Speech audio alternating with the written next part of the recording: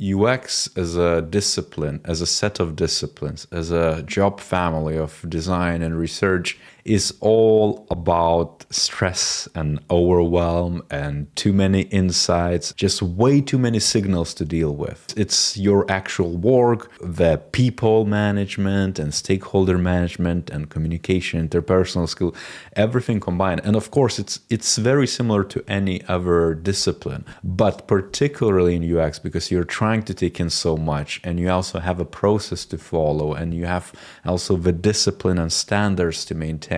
You might get blocked. And a lot of people do.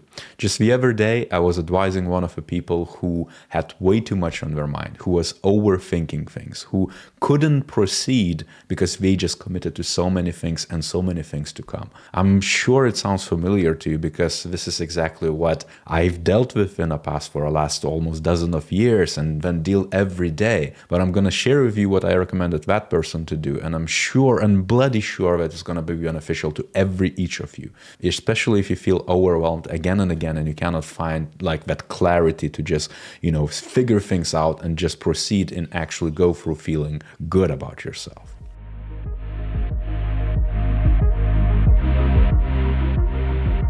So this is not going to be about the woo-woo type of things or, mindfulness, staying present. All of that is a given. You must do that. You must practice your habits. You must practice how to position yourself. What I want to talk to you about is actually the division between your personal self and the objective self, or someone who's actually there to do a work, that professional self. I'm going to borrow a lot of parallels from, let's say, the likes of Steven Pressfield and his books all about the resistance we face, showing up and doing the work regardless how you feel. And I'm the same exact way. And something what I'm trying to almost instill and recommend every person to do is to embrace this, because you have to have just slight callousness towards resistance and show up anyways and just do the work. But specifically what I want you to do is an ability to step out of yourself, to pause for a moment.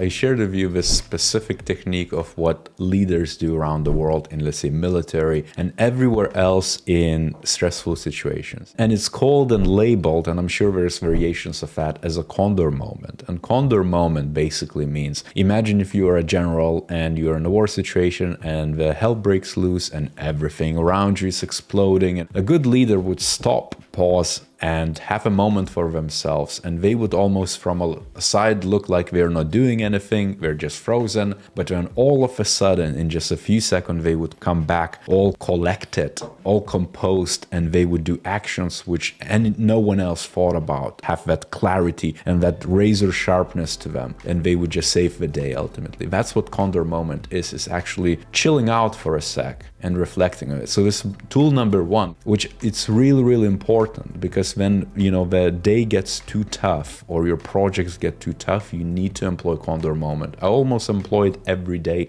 in the beginning of a day. If I have 20 different items to achieve, I stop and I prioritize and I realize which one of those items can I do today, which one of those items do I need to delegate, which one of those items I'm gonna do later, or which one of those items I'm not gonna actually do anything and I'm just gonna ping a person and say I have no time, or we need to deprioritize that, or this is not as important as we think it is. So you need to employ condor moment as a leader, as a personal leader, as a people manager, as whoever you are basically. If you do something, if you achieve some things, you need a condor moment. But the more important bit is, once you pause and reflect, is being able to push away all the different challenges which you think about in the moment. Let's say take a typical UX project and you maybe do a lot of research and you have stakeholder needs and a lot of interpersonal management of factors and talks and dialogues and agendas and things of that nature, plus the insights from actual research and crunching it out. Go beyond the imposter syndrome, beyond all those self-doubts, internal challenges, and so many different activities you could be doing, and then everything in between.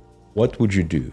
What I would recommend you to do is first, again, pause, but then think about yourself as someone else. That's really, really important. Think about yourself as someone else who is your peer, let's say, or someone else who you manage, or someone else who is maybe a bit more junior to, or someone else who's, let's say, in the industry is coming up like a growing designer, and maybe you gave them an advice. Then And only then you're going to be able to clearly see what you have to do and what you shouldn't be doing, or what's that path, what dots can you connect out of all those different things and what you should follow, and then ignore the rest. Push away all those different thoughts which don't really benefit you, which if anything, they just block you and stop you and slow you down and become a noise basically, which you can almost like a mist which you cannot see through, because on the opposite side is the actual results and the outcomes you seek. It's being able to see through it and see exactly where you want to get to.